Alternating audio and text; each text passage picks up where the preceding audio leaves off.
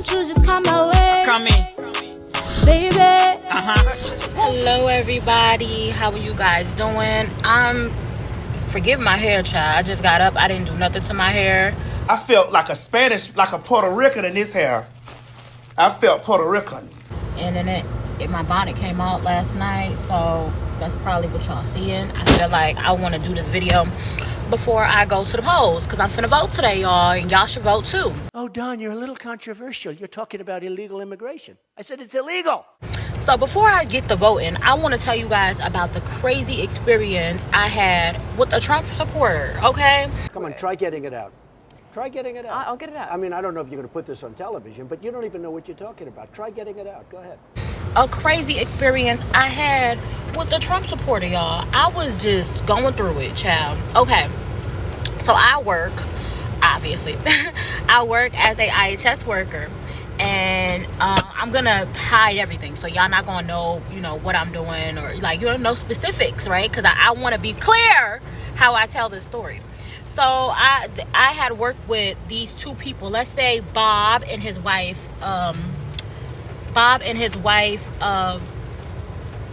We're gonna call her Nancy. Bob and Nancy, right?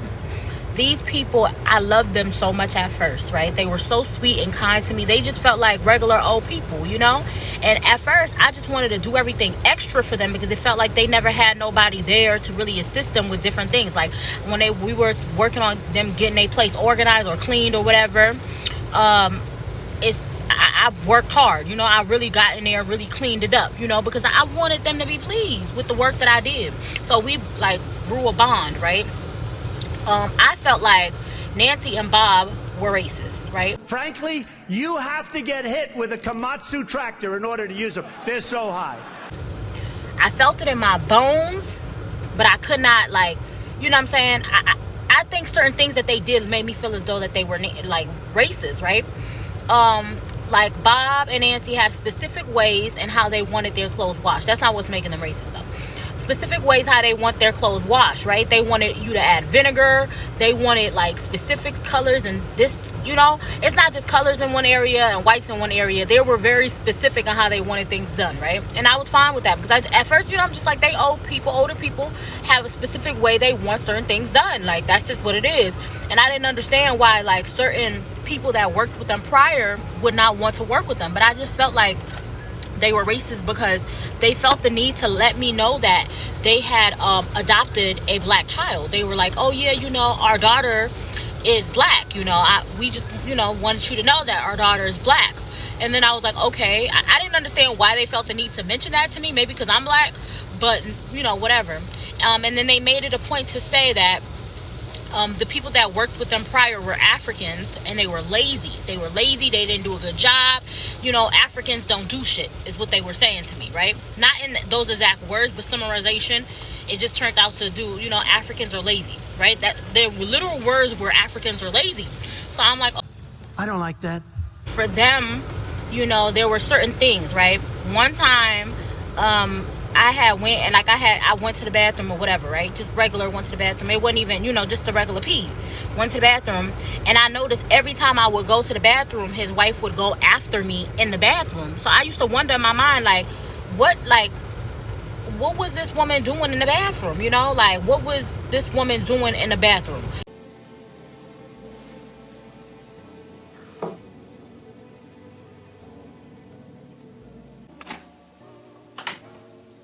Minnie? Minnie, are you in there? Yes, ma'am? And just what are you doing?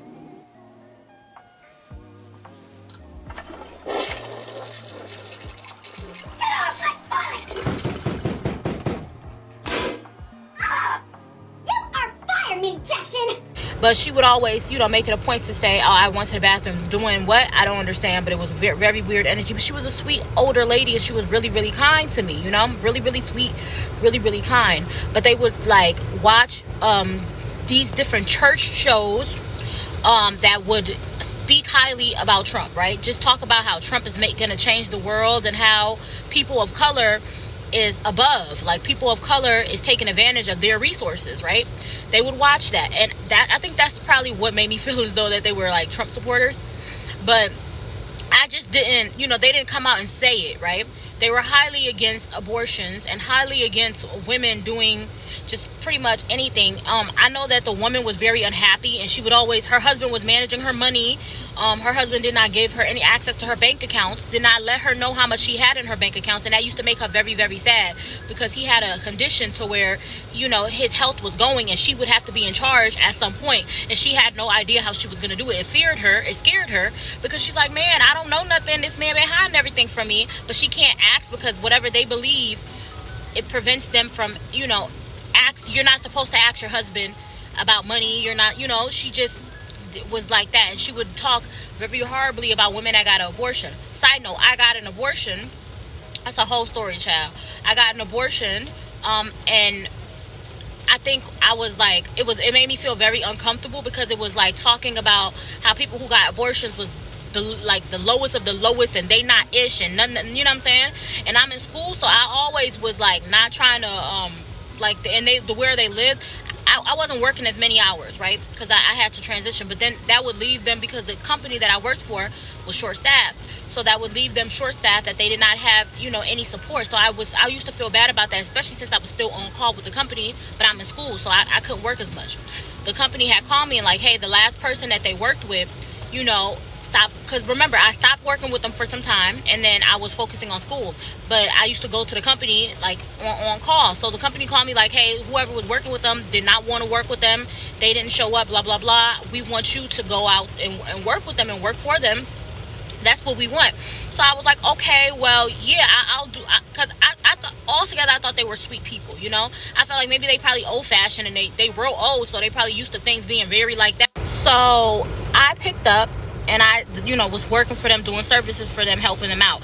So while I'm there, it was supposed to be short notice, because I told them, hey, I'm in school. So they decided that they were going to leave, and they were going to work with another agency, and that they wanted more consistencies, people who were going to come out to them, people who were going to help them, because they really needed support, and the agency wasn't getting their hours fulfilled. So I was there just, picking up, doing as I can. So as I'm there, I'm just seeing different things.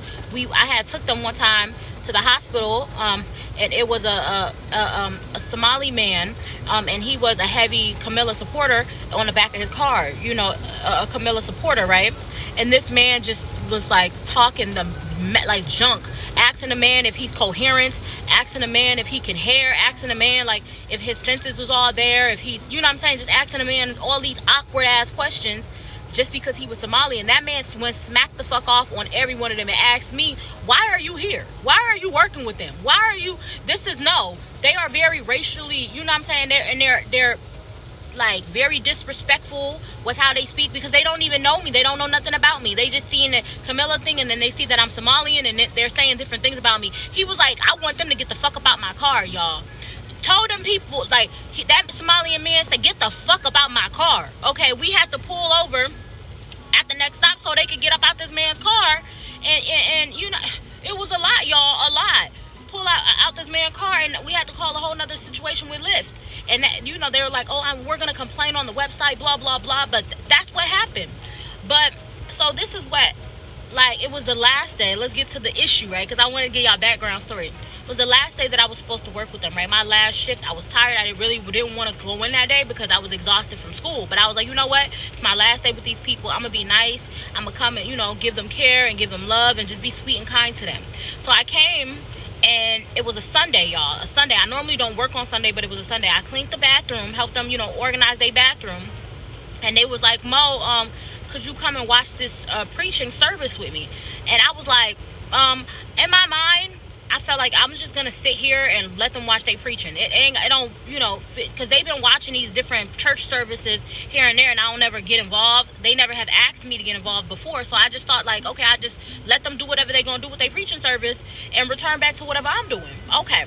She said, oh, could you sit over here? So they're watching their preaching services, and I'm on my phone.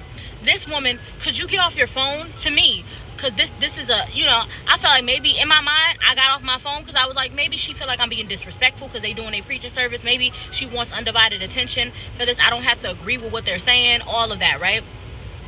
They talking about things that's going on in Israel. I don't get involved in that. I don't talk about that. I don't know nothing about that.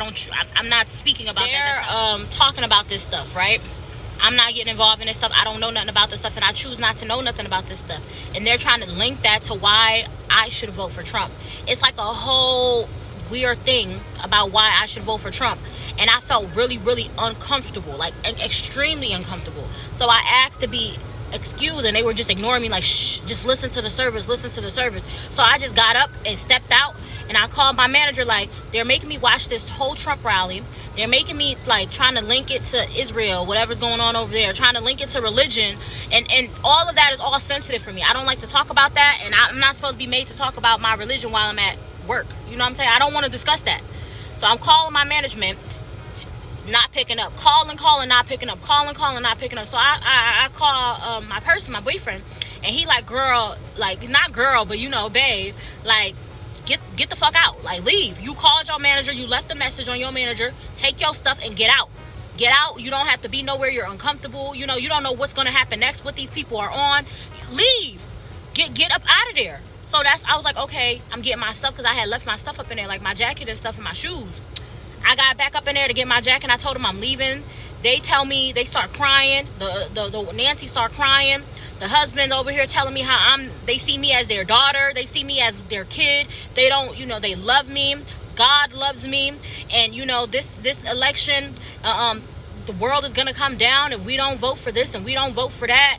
They're like, it's going down, okay? These people are taking it to the head. These people, it's getting intense. So I'm getting nervous because I'm in this place. I'm in these people's home. I'm not here with any support. And these people are talking crazy, talking about I'm their kid. Would not let me leave. Tell me, no, we're not going to let you go. No, we're not letting you leave. I said I will go out the patio. I want to leave. You're never going to put me in a position to where I don't feel safe. They start crying. The wife is crying. The husband crying. Both of them, they love me. Oh, my God. They're not trying to, like, instantly, you know, I'm upset. I'm about to snap off. Like, these people, I'm about to start cussing people out. I'm about to start snapping off because I don't feel safe. I was like, you know what? At that point, I just grabbed my stuff and I left. I think I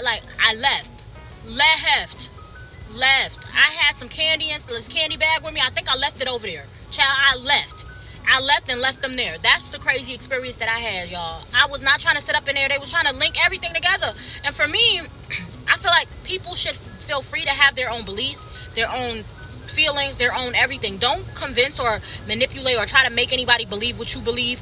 Just allow people to have their own beliefs, and you don't come to work for that. You don't come to work to have people tell you who you should vote for, what's going on with, you know what I'm saying? And I remember them talking to me and saying how their daughters that they adopted, the black children that they adopted, don't speak to them, don't F with them, don't like them, don't, no sort of connection, no nothing. They don't fool with them, the black kids. And I'm like, their kids don't mess with them. It just felt like it was deeper, like they had something going on. And that preaching, that sermon was intense, y'all. It was intense.